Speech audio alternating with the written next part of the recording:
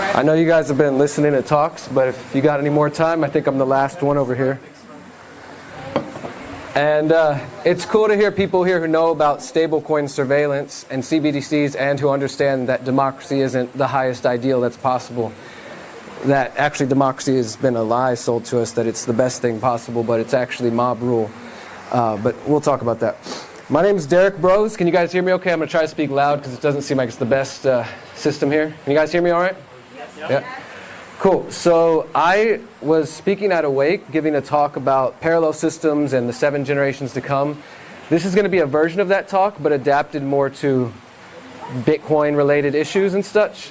Is anybody familiar with the website, The Last American Vagabond, Ryan Christian, Whitney Webb? Any of these names ring a bell to you? If not, you need to look them up, especially if you want to understand stable coins and what this young lady was saying about how even with the ban on CBDCs, we're still going to go in the same direction, at least as far as the U.S. is concerned, maybe not Costa Rica.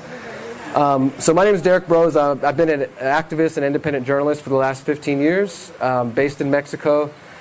I've been using Bitcoin since 2012. I'm one of the old heads who actually remember when Bitcoin was about defeating the central banks, not just using it like a stock to get rich off of or, make money off, which is what a lot of the Bitcoin community has become, unfortunately. I don't know anything about this space, so I'm not attacking anybody here. I'm just speaking broadly. But I've watched the space go from Bitcoin conferences in 2013 where people understood that Bitcoin could be a tool to defeat the Federal Reserve, to defeat the central banks, and to free people from taxes, from the banking systems. And I haven't paid taxes ever, and I haven't used a bank account since 2008. And Bitcoin was part of that. These days I'm more friendly towards Monero because I think Monero is a better privacy option, but I do appreciate Bitcoin in some ways still. So that's kind of the angle that I'm coming from. And my talk is about the need for parallel systems, like why we need to build systems outside of the government, that Bitcoin and other cryptos shouldn't be complementary to the state system.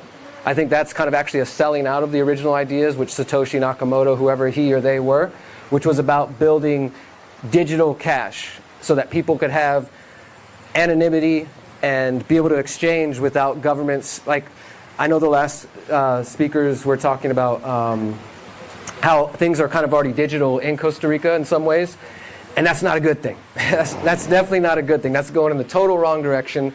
If you're in any kind of situation, no matter what country you're from, where the government can track and trace your money, that's not the direction we want to go. And so that's what I was saying. Again, I've been using Bitcoin since 2012, got my first transaction for 2013, but I'm not a Bitcoin millionaire because I actually use it. I don't hold on to it. I actually spend it. I buy flights with it. I rent hotels with it. I accept it for my books and my shirts. We got a table over there if anybody wants to come see afterwards. And I try to actually show people that it can be something that could be used in the real world. In 2017 and 2018, my partner Miriam and I, we worked with a man named Roger Ver, who's actually locked up right now and facing several life sentences by the U.S. government for allegedly not paying taxes. Roger was known as Bitcoin Jesus for a long time because he was one of the first businesses to actually adopt Bitcoin and show people like, hey, this could be used. It could be a threat to the state. He gave up his U.S. citizenship and all this kind of thing, and now the government's coming after him. But back in 2017, he sponsored us so that we could travel around the U.S., and we did a 45-city U.S. tour, and in 2018 we did a 54-city U.S. tour, going around giving people Bitcoin everywhere we went, just giving them $5 worth of Bitcoin. And if any of those people held on to that Bitcoin, they're probably doing pretty good now. But the whole point of that wasn't just to say, here's some funny internet money, but to show people that if you're a business owner, if you're an entrepreneur, if you're an artist, whatever, you could start accepting Bitcoin, and if you do it right and you don't use mainstream platforms, you don't have to pay taxes on it. If anybody's using Coinbase or any of these mainstream platforms, Binance, they will report you to the IRS. That you're kind of already going in the wrong direction. This young lady here said something about stable coins. This is a big, big thing that more and more people need to understand, that even if you quote-unquote ban CBDCs, if people are using crypto, Bitcoin or otherwise, in a mainstream way where the platforms report everything they're doing to the government, or you have to show ID to get on these platforms, you're doing it wrong. Just being real. You're doing it wrong. You're doing it in a mainstream way that is going to it could potentially end up where that comes back to bite you later on. Or at the very least, you're not doing it in a private way. So I'm very much an advocate for like trying to use these tools in as much of a private way as possible. I'm not a Bitcoin maxi or a Monero maxi or anything. I just use what works. If something works and it's private and it has low to no fees and I can pay somebody in seconds without a government ID or a bank account, then that works for me. That's my goal, is how do I reduce my interaction with that system? And as I said, my talk is focused on building parallel systems, because I don't think that the answers are going to be found within politics. They're not going to be found through violence. They're definitely not going to be found through apathy and just giving up and saying, well, let's just go party in the jungle all day long and somehow things will fix themselves. In reality, we have to actually put time, energy, effort, money into the creation of new parallel systems. And the sort of background that I'm coming from is that, you know, where's everybody coming from? Just to throw out some names. Where are you originally from or living from? Czech Republic? Costa Rica? Anybody else? Poland? So, California. So we're all from different parts of the world. My family is from Texas originally. Also part of my family is from the Czech Republic. And I live in Mexico now, visiting here. We're from all over the world. Every single one of us, no matter where we come from, what our skin color, what our original language, all of our ancestors had to go through blood, sweat, and tears to get us here, to be alive in this moment. And so when I look at what we're facing in the broader picture of the world, which is really two different paths. There's a path of stablecoin surveillance, CBDCs, lack of privacy, lack of individual liberty, etc. All the things that I'm assuming folks here are familiar with. If you're not, I have a 17-part documentary series you can watch for free. It's called The Pyramid of Power at thepyramidofpower.net. If you want to learn more about what's really going on in the world. So there's that path, but then there's also what we're building and whatever we create, which we don't really know what it looks like, but we know there's a need for something alternative. And that's why many people were drawn to Bitcoin originally, because they thought maybe this is going to be a path to free me from the banking system. Why would we not want to use the traditional banking system? Any ideas? 2008 financial crisis. They lose money. They lose your money. Chase Bank, JP Morgan Chase, helped Jeffrey Epstein launder money for the money he used to abuse women all around the world. That's one reason not to put your money in their accounts. We could go on and list the reasons why these banking institutions, HSBC was involved in human trafficking money, drug trafficking money. And to me, it's like when I see that, I'm very much a believer in I want to vote with my dollar. So that means I don't want to give somebody, whether I'm buying food here at the market or asking somebody to hold my money. I don't want to give people the permission to hold my money if they're involved in all kinds of crazy stuff like that, right? So that's why I don't use banks. Doesn't mean it's not that it's easy. It's actually very difficult, because the world that this one path of CBDCs and lack of privacy and lack of individual liberty is building is the dominant culture that we're all kind of existing in. We're trying to figure out how do we maneuver within that, or how do we create some parallel system. So back to our ancestors. Every single one of our ancestors had to go through blood, sweat, and tears to get us here. And also, we have the coming 7 generations that are counting on us. You know, your children, their grandchildren, your grandchildren, and so on and so on. People that we're never going to meet are 100% depending on us right now. The world that they're going to be born into is dependent on what we do or do not do. If it's a world that still values individual liberty, then we've succeeded. If it's a world that no longer values individual liberty and is lack of privacy and lack of freedom, well, then we failed, I think. So for me, the idea of creating parallel systems and trying to get out of these failed legacy corrupt systems, it's not just like a fun exercise. It's, and this might sound extreme, but for me, it's really the future of humanity. Am I going to fail my ancestors and all the work that they did to get me here? Am I going to fail the coming 7 generations and do nothing? Or just assume somebody else will fix it? Or just assume a new president's going to solve everything for me? Or prime minister, or whatever it may be, right? So that's kind of the background I'm coming from. 5 years ago, I released a book called How to Opt Out of the Technocratic State, which is all about what I'm going to be speaking to you guys about. You can download it for free at my website, which is The Conscious Resistance. So if you want to download my book or listen to the free audiobook, it's theconsciousresistance.com/how-to. I also have English and Spanish copies of it over there if you want to check it out. And I wrote this book in late 2019. We published it in January 2020. Does anybody remember 2020? That was during COVID? Right before COVID, I published this book. And I didn't predict the things that happened, but I don't think you really need to predict it if you were paying attention. My journalistic background is that I write about digital privacy a lot, digital tools, facial recognition, digital IDs, a lot of the things that more of us are concerned about. In 2018, 2019, not so many people were paying attention, but then these things called vaccine passports came around, and for anybody who was in Costa Rica, it was pretty much authoritarian in some parts of this country with military on the beaches and places getting extremely locked down. We happen to be in Mexico, which never required any quarantines or tests or shots or anything like that. It was the right move for us. And when I was writing the book, it was part a warning of like, hey guys, there's some scary things on the horizon. Maybe we should pay attention to this stuff. But it was also, as the title implies, a sort of guide on here's some ideas that I've used in my own life or that I've learned from other people on how we might be able to avoid some of these systems. And the other thing is that my message is also very much a holistic message. So I know we're mainly here focused on Bitcoin, which is economics and finance, but that's just one little piece of the puzzle, right? It's good to understand that we need to get out of the CBDCs, out of the fractional reserve, central banking, debt-based system, and that's a big part of it. But at the same time, what good does it do for you if you have Bitcoin and no food, or no access to clean water, or taking it on a spiritual, mental level if your internal conversation's all fucked up, if you don't have better interpersonal relationships, right? If you're still dependent on the grocery stores that, as we saw during COVID, started requiring proof of vaccination or proof of masks or whatever they want, right? So my point is, in my message, I'm trying to lead by example, but also to encourage people to become as least dependent on these old legacy systems, which I think are dying. And as you were kind of pointing to earlier, it's by design. They're crashing the systems on purpose in order to propose a new alternative, whether that is CBDCs, digital dollar, digital colone, or digital peso, or whatever, or Tether, because you were touching on this earlier. For those who, just as far as like, I'll mention US politics for a moment, and it will step out of it. Just really briefly, I think we can handle it for just a moment. But the new Trump administration is stocked with people who are deep into the crypto industry, specifically Tether. Look up a man named Howard Lutnick.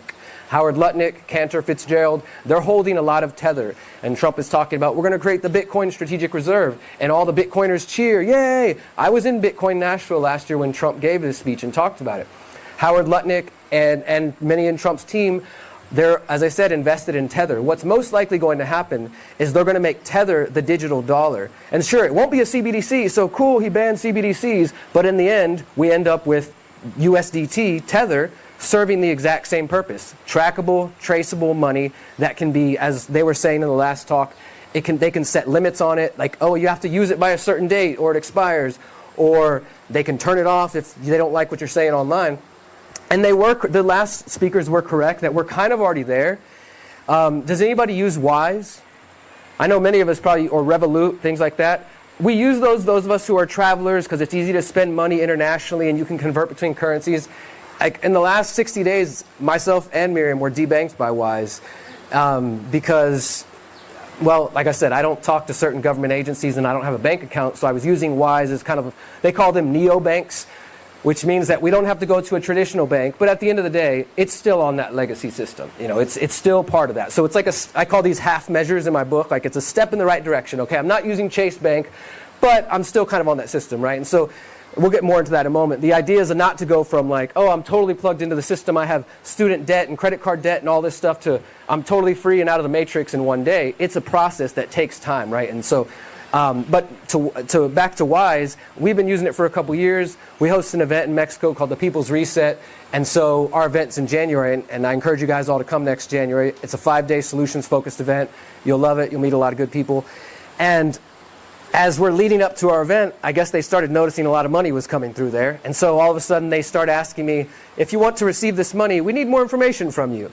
And it's like, can you tell us what is your primary source of income? Self-employment, right? Okay, well, please upload a document from Fiverr, from Uber, from work, whatever, just any of those things. You're heading into the direction of choke point 2.0. Exactly. And you're the first speaker here who has any awareness on this topic. Well, thank you. I appreciate that. I was glad to hear you mention this earlier. So just to kind of wrap that point up, so they start asking me all kinds of crazy questions. Proof of this. Show me your tax records. I don't have that. Show me a bank statement. I don't have a bank. That's why I use you guys. Okay, so I have a YouTube channel and all this kind of stuff, so I get people who donate and support me on a monthly basis. So I sent them screenshots of my Buy Me a Coffee, screenshots of my Substack. First they said 30 days, then they said 90 days. And I was already like, oh my God, but they're holding about $5,000 of ours that we need for our event. So I'm like, all right, I'll jump through a couple hoops, but I'm not going to play the full game. I sent them screenshots of 90 days and still it wasn't good enough. In the end, they basically said, we're shutting down your account, and the only thing they would let me do was to send it to a family member. So I had to send it to my sister in the US and then have her pay one of our bills for the event. And in the meantime, I was like, okay, Miriam, you have a Wise account. Let's switch all of our accounts to yours so we can still sell tickets. Within like a couple of days, they did the exact same thing to her and shut her account down. So then they've got money in my account held hostage, then they've got money in her account held hostage, and this is like 2 weeks before our event, so we're just like, oh my God, what's going on? Anyways, I've switched to Revolut for now, but I have, by no means do I think this is going to be a long-term solution, right? But this is the point. This is why we do need things like Bitcoin. I do think mostly Bitcoin has lost its way. It's not as focused on privacy and actually being a currency as it used to be. There's a lot of people, and again, I don't know this community, so I'm not trying to speak on this community, but let's say like in the mainstream world, I go to Bitcoin Nashville, go to Consensus. Most of those people, they don't have their own keys. They have no idea. They probably are just buying Bitcoin as a stock, like especially now that the ETFs, the EFTs have launched. A lot of people are just treating Bitcoin like it's a stock. So they've never actually purchased it their own. They don't hold it in their own wallet. They definitely don't hold their own keys. That's not what the goal of this thing was. It was originally meant to be like, you have your keys, you have your money, you're free from their system. So, not trying to judge anybody or anything, but I'm just saying, from when I was involved in this space in 2012 till where we are now, it's changed a lot over the last decade. And as it's become more accepted in the mainstream and people see that number going up and people are getting rich, people are like, stop asking all these crazy questions about privacy. We're getting rich. Who cares about that, right? There's been a change in the consciousness where less and less people in the mainstream Bitcoin world are worried about actually using Bitcoin to get freedom. It's just more like, oh, Lambo, number go up, like I'm getting rich, so that's the whole point. That was never the point. So that's the way I use crypto and Bitcoin and Monero, is very specifically to try to create the creation of alternative parallel systems. That's what my focus is. And as I was saying, we need to think holistically. So I like to focus in 4 or 5 different areas. Finance, which we're talking about, CBDCs, stablecoins, Bitcoin. Food, as I mentioned, many people around the world saw if you're dependent on the grocery stores and shit gets crazy, all of a sudden they can start saying, hey, wear a mask to get in, or show proof of vaccine. And maybe some of you guys don't have any problem with that. Again, I don't want to assume what kind of company I'm in, but for me, personally, as somebody who values individual liberty, bodily autonomy, self-ownership, that's not something I'm down with. Even if I wanted the shot, I want the ability to say no. So you don't want to be dependent on those old legacy systems. Also, the mainstream food production systems, they're wasteful, they're unsustainable. So we need new food production and distribution systems. So we got finances, we got food, education. Now, as far as educating the kids, there's no way around it. There's no way to sugarcoat it. The mainstream education systems are indoctrination centers. That's what they were created for from the very beginning. And I'm mainly speaking on the U.S., but this does apply around the world because a lot of the education systems around the world were modeled on the U.S. and Western systems. Which, and again, if you're like, this guy's freaking nuts, who invited this guy, go watch the pyramidofpower.net, watch the big education episode, learn how the Rockefellers built the entire education model to create obedient worker bees, not to create critical thinkers, right? That's what the whole thing's about. So education system, when it comes to the young ones, this is why homeschooling, unschooling, these movements have become more popular. I also understand that that's not easy. It's not like, hey, just take the kids out. It takes money, time, energy. I've got a brother and sister, they've got 3 kids each, and these are working class people, and the idea of them homeschooling or unschooling is just like so foreign to them. If you can't do that, then you need to be even closer in their minds and understanding what they're shoveling into their heads, what kind of propaganda they're trying to feed them. But also as adults, we need to rethink the way we educate ourselves. We can't just rely on Google to give us the right answer, or increasingly, we can't just rely on ChatGPT to tell us the truth about everything and just say, okay, well the AI told me this, so it must be true. So food, money, education. I'm trying to remember what my other big 4. There's like 4 or 5. Am I forgetting one? Health. Yeah, health is a big one. Obviously, COVID, that taught a lot of people that. Technology, that's the other one. Thank you, baby. This is why she's here. One of the many reasons. And it's her birthday. Say happy birthday to Miriam. Thank you, baby. So let's go to technology, and I'm going to go deeper into each of these. I just want to outline them first. So we're talking about why we need to focus holistically when we're talking about parallel systems, and how Bitcoin is a step in the right direction, but it's not the end goal. It's not the only step that matters. So when it comes to technology, how many people here, as an entrepreneur, as an organizer, as an activist, as a business owner, are still using Outlook, Google Drive, Zoom? And this is not, I'm not calling anybody, I'm just saying, like, let's be real. Where are you at, right? Like, okay, cool. There are alternatives. No more Google.com. Privacytools.io. I'm throwing out some resources if you want to take notes. No more Google.com. Privacytools.io. Takebackourtech.org. Take Back Our Tech is a friend of mine's website, and he runs it, and he has all kinds of webinars and free resources for people who are trying to use alternatives. Google Drive is one of the most common ones, and I'll just share this story. And again, I'm not attacking anybody. If you feel personally attacked, that might be a moment for you to reflect, but I'm not trying to jab at anybody directly. But I get invited to speak at a lot of freedom and consciousness and transformational spiritual events around the world. And they always send me the stuff they want me to fill out on a Google form, on a Google Drive. And if you don't know why we don't want to use Google, I mean, we could go on, but let's list just a couple reasons. Google has built for China a censored version of their search engine. Look up the Dragonfly Project. Look up Project Maven. These people are willing to work with the military to help use drones to bomb people in other countries, including in Gaza and elsewhere. We could go on and on about why we wouldn't want to work with Google. And also, back in the day, Google's motto used to be, "Don't be evil." At some point, they got rid of that, and they no longer use that. And also, some of the heads of Google have said that in the long term, their goal is that when you search Google, there will be one answer, the right answer. They want us, as I was saying with AI, they want it to get to the point where we're so trusting in their systems that, well, okay, tell me the truth about what happened in World War II or whatever world event. You search it, and here's the official version of events. Is it true? Maybe. Maybe partially true. Maybe not all the truth. But the more dependent we are on those systems, I think that's a bad road we're going. Also, I mean, just think about Google Maps. How many people were around driving before Google Maps existed? Some of us, I was in high school. I remember getting lost a few times. GPS was just rolling out. It wasn't Google Maps. It was just like the little GPS you had in the car and stuff. And now most people don't even know how to get to their house without Google Maps on. I mean, it's a very common thing. And also to kind of take that a step further, think about this. And this is not me just throwing out thought experiments, although it's possible. But this is something Google has discussed, that in the future, just because they care about us and they want to make their tools so helpful, they thought, okay, well, so if they know you're using Google Maps and you're in Ovita and I'm using Google Maps and I'm in a different part, I'm in Dominical, and they know we're both there, and me and you are old high school friends, we haven't seen each other in years, the convenient way they're going to say is, well, look, because these systems are so interconnected, we could tell you, hey, if you make a stop here, you both have 5 minutes in your schedule and you could run into an old friend. It's so convenient. It's so easy.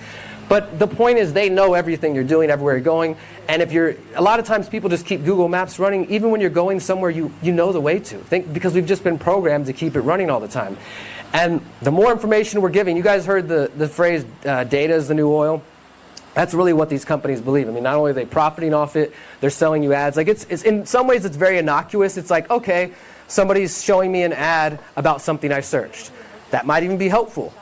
But the more dangerous aspect is being able to map every aspect of our lives, everything we're into, everything that we're searched, the people, our relationships. In fact, and I'll just throw out this random tidbit of information for whoever wants to catch it. In 2006, DARPA, the US government agency that comes up with all kinds of crazy tools, they had a project called LifeLog. And LifeLog, they said they wanted to create a tool that would map all of the connections in people's lives. On the day they ended the LifeLog program was the exact same day Facebook was launched. And Facebook also took funding like a lot of the big Silicon Valley firms from NQTel, which is the CIA's venture capital firm. Just throwing out things to think about. So I'm just kind of trying to point out why we don't want to be dependent on those systems. But thankfully, there are alternatives. So for example, whenever we do our event, we don't send people Google links.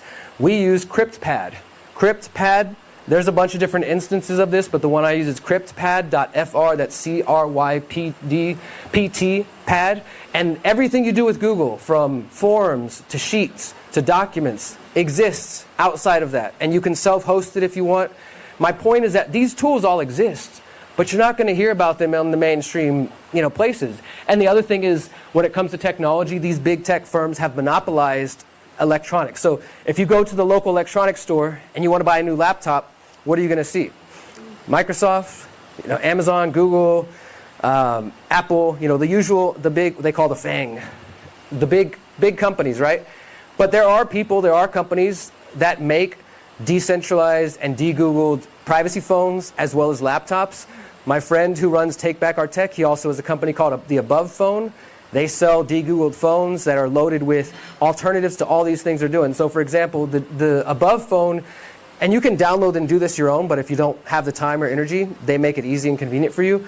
But for example, there are alternatives to Google Maps. There's Magic Earth, there's Organic Maps, and they don't look the exact same as you're used to, but think about that. Even the fact that we're so used to the way this corporate map looks, that when we look at something different, it's like, wait, my brain's having a short circuit. It doesn't look exactly like Google Maps. We've already been trained on their systems. But the alternatives exist. You just have to look for them. So I'll just mention that again. No more Google.com, privacytools.io, takebackourtech.org, abovephone.com. Those are just, and I'm not getting paid for any of these things. These are just resources that I've used and that I find helpful. And I mentioned CryptPad. So I know it takes time. Like if you've got your whole life on Gmail or Yahoo or Hotmail or whatever it is, and all of your conscious freedom events and contacts are on Google Drive, it takes time and energy. But if we're not even willing to just take the time and energy to switch to a new system that's going to protect our privacy and not support a big corporation, maybe we really don't care about being in line with our principles. Telegram and WhatsApp, Telegram. So with messaging apps, we can talk about that for a second. So one thing to just take away, I don't want to just stay on the technology, but we'll talk about it for a couple more minutes, that pretty much you should expect that anything digital can be hacked and traced in some way. It might take longer. So I wrote an article a couple months ago about, has anybody familiar or heard of the Pegasus project? It's an Israeli spy firm, spyware that got revealed a couple years ago. And basically, they've been in court. They actually recently lost the first court case where they were being sued by some users of WhatsApp and Facebook. So Telegram, WhatsApp, and Facebook all say that their messaging is encrypted. And when Telegram, it's only on the phone and it's only one-on-one. It's not like groups and things like that. But this Pegasus spyware, and there's another one, Paragon is another one. And these are all Israeli firms because some of the worst kind of offenders when it comes to privacy come from the Israeli surveillance intelligence network, from Unit 81, Unit 8200, the Mossad, etc. And so anyways, they cracked journalist WhatsApp's account that they thought were private, and it came out later that, nope, actually we have a way to crack that encryption that is allegedly there. And so now they're being sued. Will it stop it? I doubt it, but okay, they're going to pay a fine in court, and now we know about it. So we should generally assume that anything we're doing in the digital world can be found by somebody. So if you have something really private, secret, illegal, you need to communicate, it's probably best to do that face-to-face with somebody with the phones and the computers out of the room if you're truly worried about privacy. Most people aren't worried that much. Now, I do want to caution anybody against having the attitude of, well, I have nothing to hide, so who cares? Because that is a stepping stone towards losing privacy.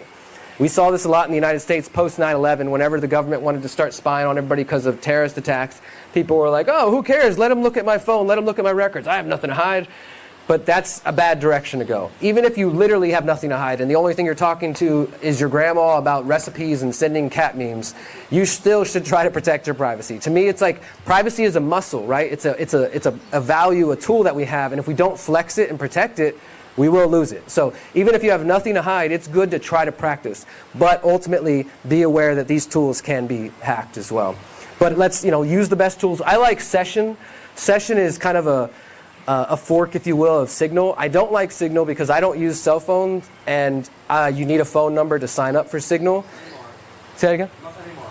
Not anymore? Oh, they took. Okay, well, great. Yeah, so I stopped using Signal years ago because of the phone requirement. Good to hear. Thank you, brother. So I use Session, and then there's some others out there. And again, I'm not being paid or part of any of these teams. These are just tools that I learn about. And then through our event, we get a lot of really cool people come to share about their tools and their projects that we're working on. So we've talked about food. We've talked about, obviously, crypto, finance. We're talking about, for those who walked in, we're talking about taking a holistic approach to building parallel systems and how Bitcoin and financial freedom is only one piece of that we need to have more tools to actually be completely free.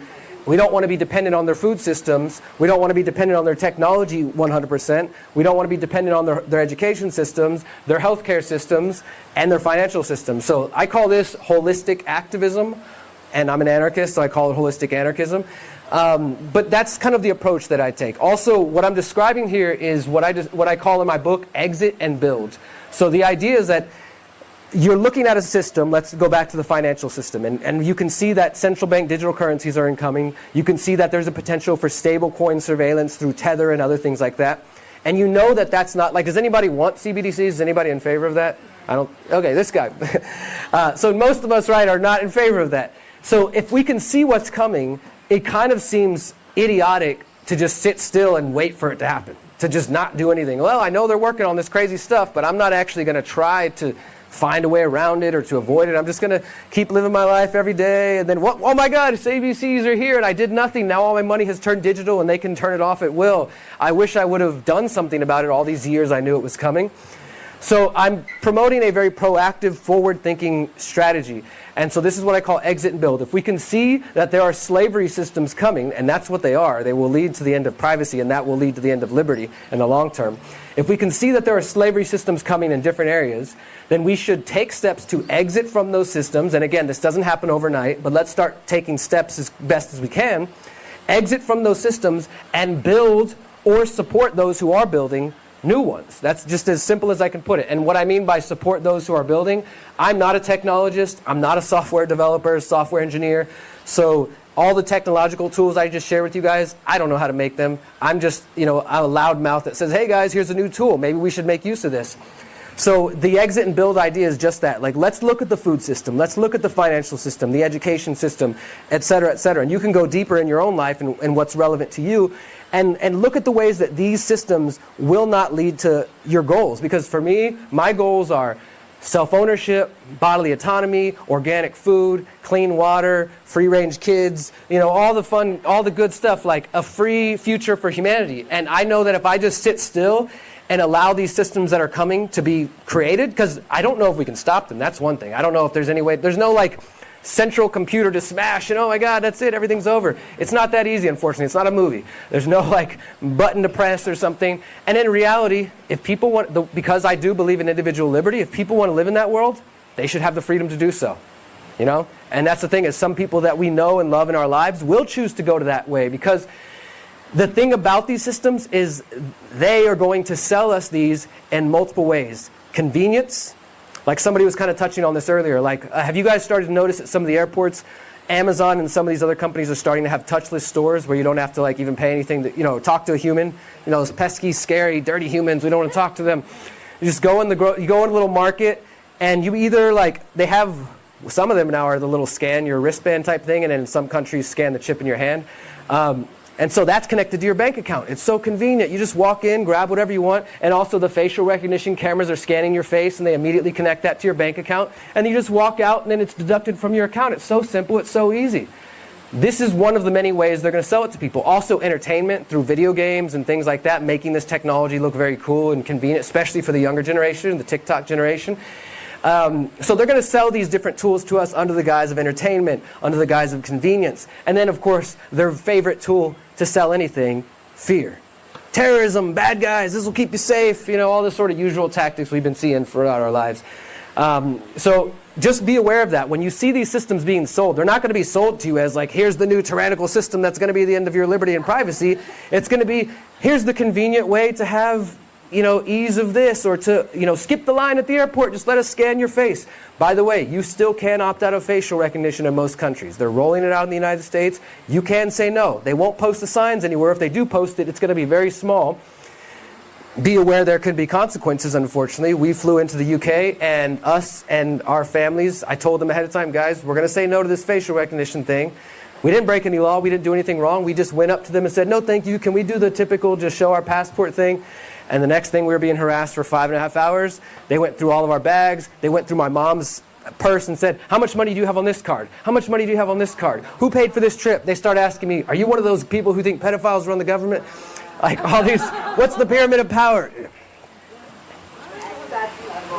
going to transfer but one state. Oh yeah, you know what's up.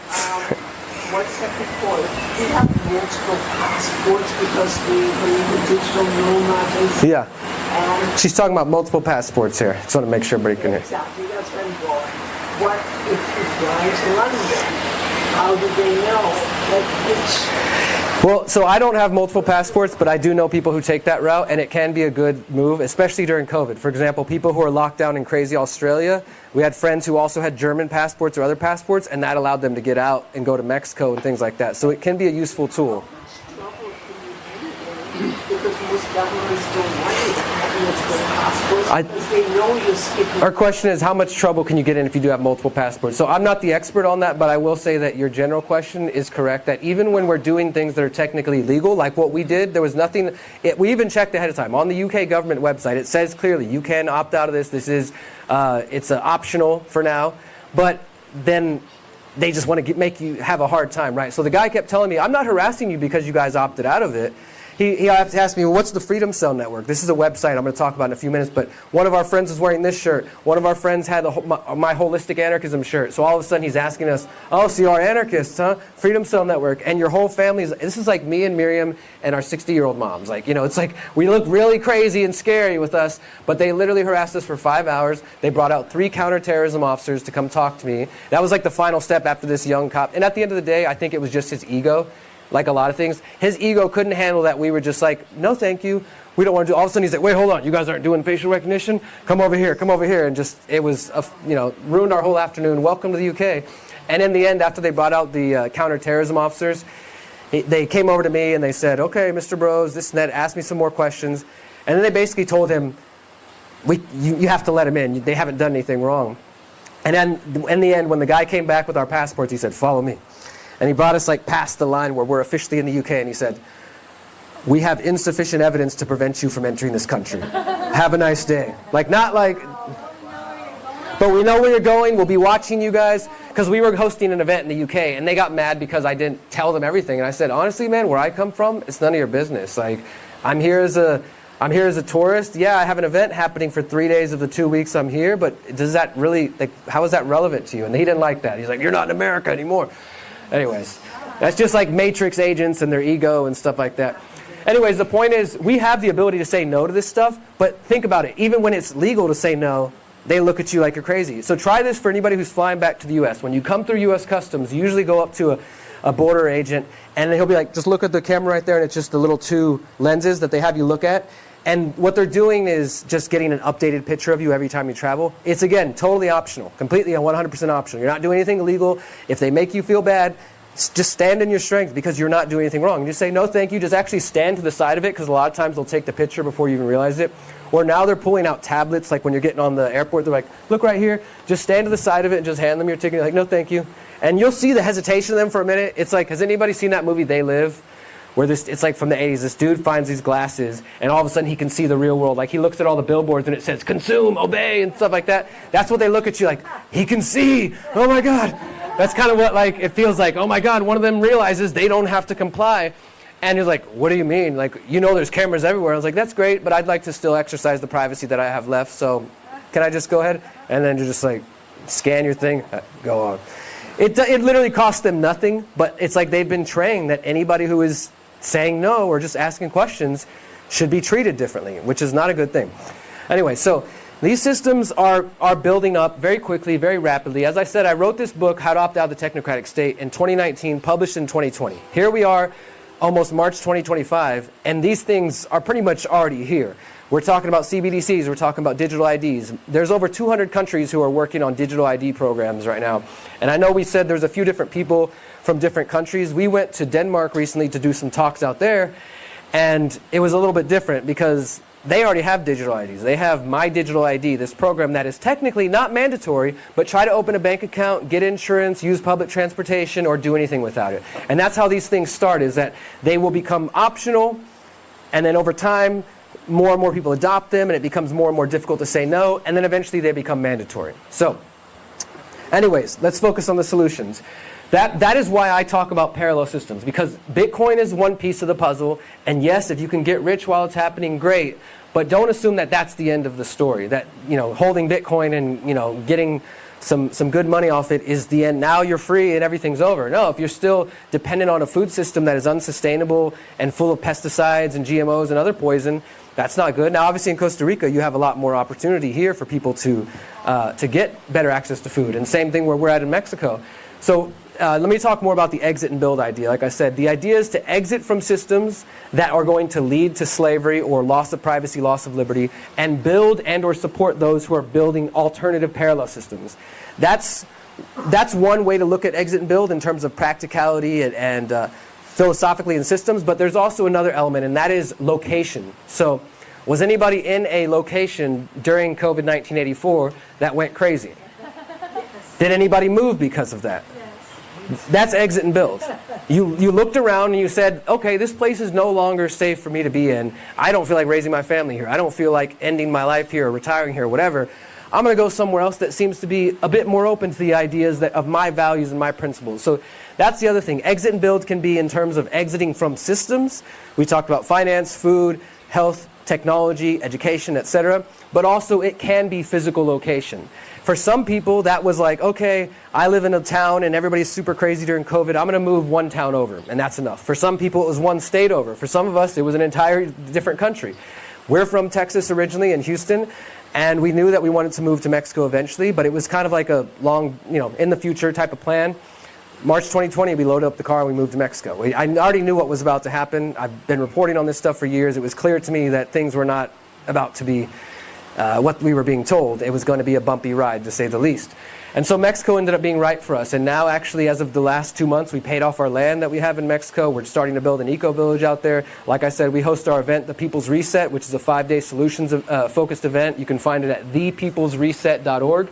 Every January, we just wrapped up. We had 400 people from around the world coming out to talk about these solutions. We have a whole day dedicated to mental, physical, spiritual health, to permaculture and food independence, to building parallel systems, to taking back our tech, the technology side, and then to building free and conscious communities. So I invite you guys to come next year if you want to come hang out and meet other like-minded people. The People's Reset. Sorry if I talk fast. My brain's going fast here. I know I got to cram it in a short amount of time. All right, so this is, I'm not speaking to you guys about anything I'm not actually practicing and living. I think it's important for us to be an example of the things we speak, right? It wouldn't be very convincing if I'm telling you guys all this and then I'm, working for Chase Bank or something like that, right? Like, but that's just me. I understand again that it's a step. So don't feel like if you're not in this position, or even maybe if you're completely 100% polar opposite, like I said, you're student debt and credit card debt and locked into the system in other ways, that's fine. Start thinking by looking holistically. So look at, okay, what is my financial situation? Okay, what is my food situation, and these things? And set a goal. What does your ideal situation look like? Okay, debt-free, having some crypto set aside that the government doesn't know about, whatever it may be, right? That's your long-term goal. And start making just a 6-month plan, a 1-year plan, right? Start taking steps. Like in my book, I talk about, let's say you're in that situation I was just describing. So you switch from a big bank to a local credit union, right? For the credit unions, most countries have a similar institution. Credit unions tend to be more locally oriented. You're more of a community member. You can vote on how they use the money and stuff like that. But at the same time, credit unions are still on the mainstream economic system. They're going to turn to CBDCs too. So that's not a long-term solution. It's just okay, at least now I'm not supporting the big banks anymore. I'm just, I'm in a local credit union. And then I'm going to finally get some money into Bitcoin or Monero or learn about that, right? So you're starting to take these steps to becoming less and less dependent on the system. And the same thing, you could be like, all right, right now, I don't know, I've never planted a seed in my life. I'm totally dependent on Whole Foods or whatever, or the local grocery store you have. But maybe you start by saying, I'm going to go volunteer at an urban farm this weekend. Just put in 2 hours, right? And just learn a little bit. Then you build up the money and the courage to say, I'm going to take a permaculture course, right? So you're gaining knowledge, you're taking steps. Because we can see that there's a train wreck ahead. And like I said earlier, we can either do nothing, or we can start being proactive and laying the foundation for these parallel alternative systems that I personally think will be needed for humanity to continue to thrive into the future. Like I said earlier, we've got our ancestors at our back who did everything they possibly had to do, blood, sweat, and tears to get us here. And then we've also got the coming 7 generations and beyond who are dependent on us. So what's the world what are your actions today going to lead to? What sort of world is that creating for them? Is it going to be a world that does still value liberty and privacy and community and mutual aid and these values? Or is it going to be a world that says you will own nothing and be happy? Is anybody familiar with that phrase? Do I need to explain that one? I'm happy to if anybody, is anybody totally clueless when I say that? You will own nothing and be happy? Okay, let's talk about that for a second. This is fun. So in June 2020, this organization called the World Economic Forum put out a video. First, they put out an essay back in 2016, but nobody paid attention to it until COVID happened. And they put out a video that basically said, in 2030, you will own nothing and be happy. Literally, that's what they said. It was like a smiling person.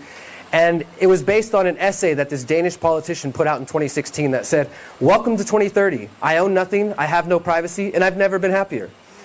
And in this essay, they describe what she claims is some utopia where she says, we no longer need to own our own vehicles or own really anything because we can just rent all the stuff we like, and drones just fly and deliver everything to our homes. And sometimes I miss privacy, but you know, that's a thing of the past, right? And just describes what I think most of us would consider to be a dystopia, but as this sort of lofty vision that we should aim. How close are we to? We'll talk about that in just a second. She's asking about 15-minute cities. That's basically what they're describing. They are being built in different places. Like the UK is pretty far advanced in this as well. Parts of Europe for sure. So she describes this world that, again, is supposed to be a utopia but sounds pretty dystopian to me. But the thing that I always took away from this essay is about halfway through it, she says, sometimes I think about the people we left behind. The people who the political changes were too much. They didn't like the advancing technology. They now live outside of the city in little 18th and 19th century self-supplying communities. And they try to make it sound like it's a bad thing. But I'm like, that's us. That's us. We're out there building permaculture paradises, living free, trading with each other. And they're in their freaking smart cities, 15-minute city, surveyed, monitor, CBDC, social credit score. And if people want that, like I said, I'm not here to stop anybody from having the kind of life they want. But I also want the freedom to live the life that I want. So this is why but I always thought that was interesting that even this organization, which is promoting these ideas and has been for decades, acknowledges that some people aren't going to want to go along with it. Because often whenever I talk about this, the criticisms I'll hear is,